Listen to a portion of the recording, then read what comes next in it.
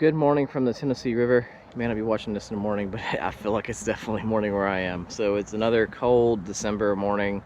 It's on and off rain. When I got here, it was not raining. You'll probably see in maybe some B-roll footage that I started backing the boat down, and my rope that I used to drop the boat off got stuck on my back cleat. And luckily, as old as I'm getting, I was still pretty quick to get back there and stop the boat from hitting the ramp pretty good. But we are a little further down the river, the lake this morning. I feel like we're more in the lake now. Won't be as much current down this way. Once I get out to the main channel, which is out that way, maybe there will be. But as I was coming in, I was going around this point, I was seeing some fish on my graph. And I only have a hook graph, so it's not the greatest, but I can see fish on it, and I don't do that often. So I've stopped here. I doubt Jacob Wheeler or anybody will watch this, but I did watch their things to throw in December. I stayed up last night. I tied on everything that Tactical Bassin and Jacob Wheeler and all those guys said to throw. They all live close to here, so hopefully we'll get on some fish today. Let's see. What are we gonna catch them on today, ducks? It's definitely a day for the ducks. Pretty cool with the deer up there in the woods, bounding around. We're gonna start our day off with a Berkeley flicker shad. It's like in a craw color. I'm a little conflicted right now because I see a ton of bait fish moving around out there. All offshore. The fish that I saw in the graph were offshore. So I'm throwing a craw colored crankbait when I see shad. And I've also got these really good looking trees. But I'm going to, as they would say, trust my electronics a little bit here and start working my way around this point and staying offshore. Most of the fish I saw were a little closer to the bottom than how deep this crankbait runs. It's about 13 feet right here. This is a really shallow cove though. So I really don't know when I throw up on that point if I can get a deeper crankbait through there. This is, I don't hide my spots, you know. I don't feel like I fish enough and catch enough fish to, you know, not know spots that locals probably don't already know. This is the Georges Creek boat ramp area. I always call it John Boat Cove because I swear like everybody who has a John boat comes and puts it in at Georges Creek.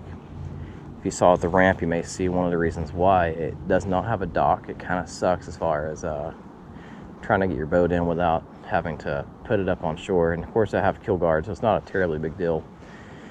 But there's just a lot of good water in here that's close to the ramp. It's one of the reasons I like the kayak fish here too. There's some good secondary points in here. There's some rocks on the other side of that. There's a lot of laydowns you can see in the summer that are probably pretty good in the spring. But then right out there is the main channel. So you can be from, and there's actually another bridge over there. It takes you way, way back up in Georges Creek at a park. And it's just a good ramp to get to a lot of cover, a lot of different varieties of things without having to go very far. So if you're in a John boat or a kayak, it's ideal. For me this morning, I had not planned to stop and fish in here. But when I was seeing all this activity, and then also, you know, seeing fish in my graph, I had to stop. But there's some really good bluffs just out on the river channel that I will probably not spend a whole ton of time in here and just try to get out there, because bluffs seem to be my cold weather more successful places. But we're gonna throw a lot of different things today.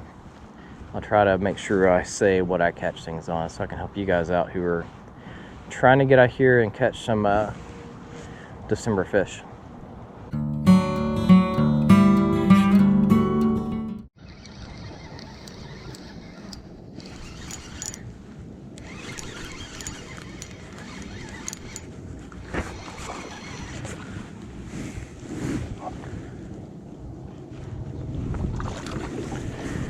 He's a little guy, but I've really got him hooked, I think. I don't want to miss a fish today. It has been a grind. Oh yeah, he's barely hooked. Well, I'll say that.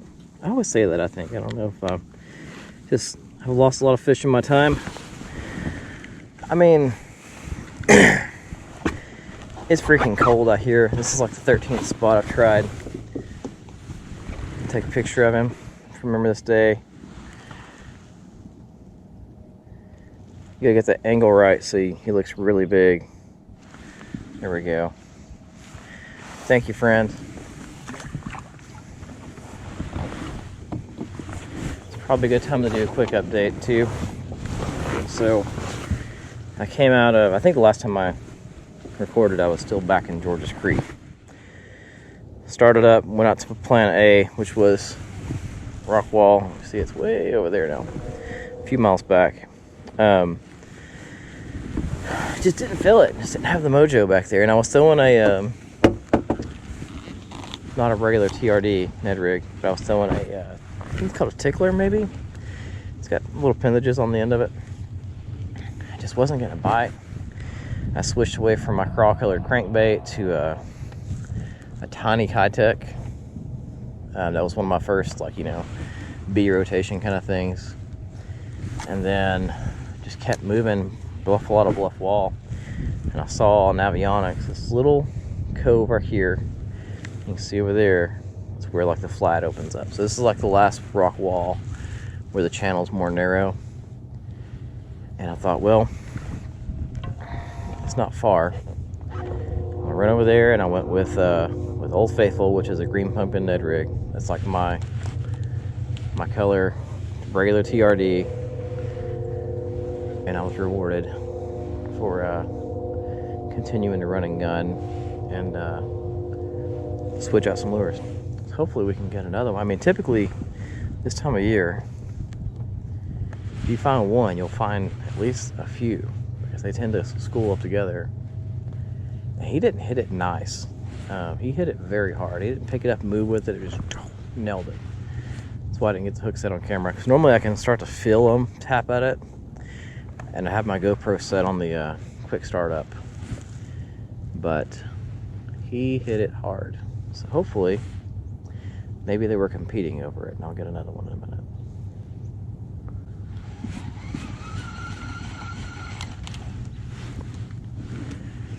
There's a cold front coming in and I can feel it now. Like my hands are starting to get cold. I don't know what the temperatures dropped to, but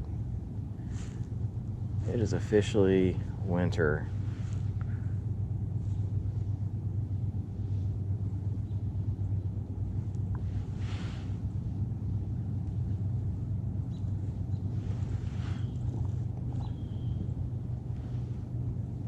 But when I'm fishing these rock walls, what I'm looking for, I think I said this in another video if you've checked it out, but I know a lot of my views aren't from subscribers. So I don't think it's people that are watching every video. It's just kind of popping up in the feeds randomly.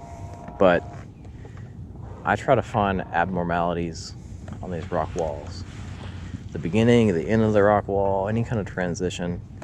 And I actually started fishing to hit that, hit these few piles, and then there's like a big jut out up there. And it may not look like there's much current right now, but there's always current in these rivers. And those fish will use that to kind of sit behind and wait for something to come by. Basically lets food come to them. It's a grub hub on the lake.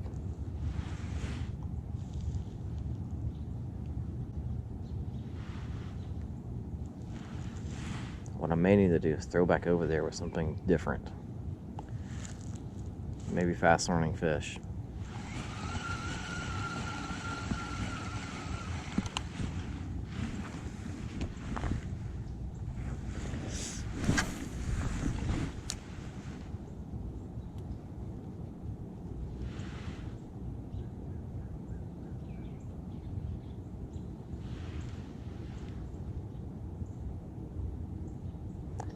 He's on there. Oh. Getting bites over there. Just not taking it.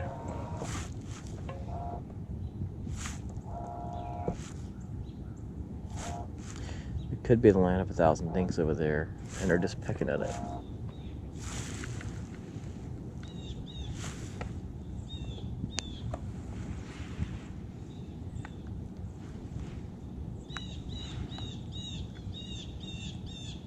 And it's starting to rain again. If you notice though, there's nobody else. I haven't seen a soul. This is the time of year where you find out who really likes fishing, who likes fishing when the weather is nice. I love it. This is my reprieve. I always say I've got a lot going on in life. We all do. And this is my therapy.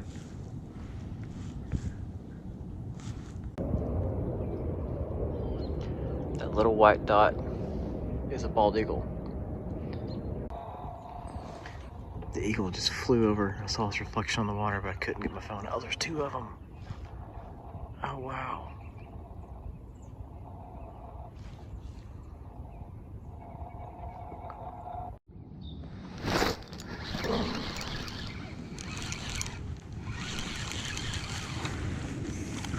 Holy goodness. I just turned the camera off because I was like, I don't know, maybe there's not a school over there. There is a school. All those little pecks. What are these little guys? Look how pretty. Man, if I had an aquarium big enough, I mean, you can't legally take a fish that small, but it'd be cool to watch one grow up.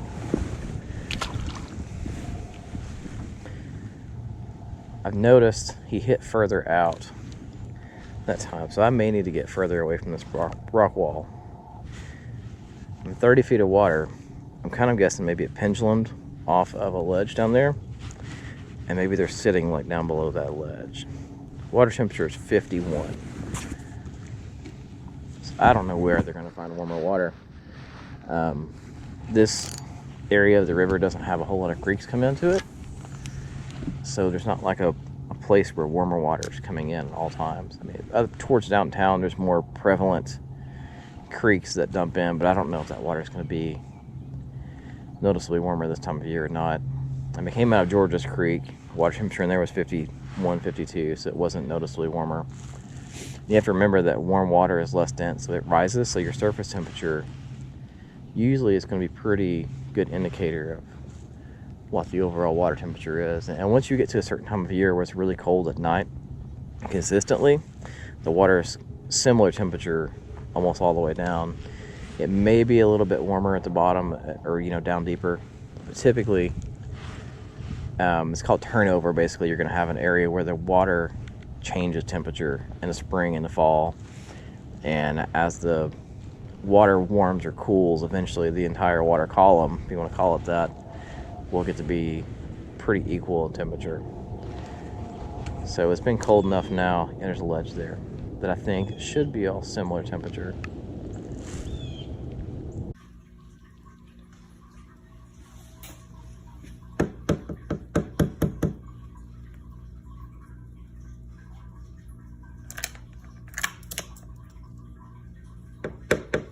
Go. So it's been a couple days since that video. I'm gonna shoot this while I take my doggo on a walk. But just wanted to thank everybody for watching and checking it out. Didn't catch a ton of fish that day, but it's still a good day on the water. Any day on the water, it's a good day on the water. I think probably some of you out there have had accidents that can tell me otherwise. But yeah, thanks for watching. I don't know if anybody needs a reminder to like and subscribe anymore. I feel like that's pretty much standardized, but did recently hit 100 subscribers, so just wanted to thank you all for that. Keep an eye out. It's going to be a new series coming up with some river fishing and tips. But until then, thanks again. Come on, Laurel.